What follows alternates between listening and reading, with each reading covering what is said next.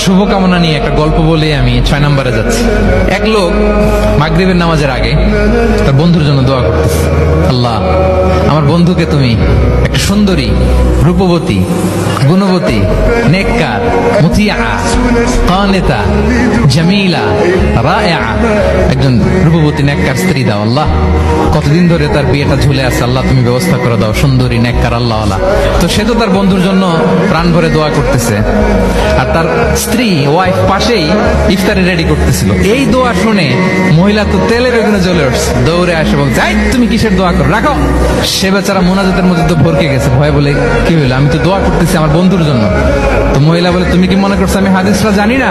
অন্যের জন্য কোনো ভালো দোয়া করলে আগে যেটা নিজের জন্য কবুল হয়, তুমি মনে করছো আমি জানি না?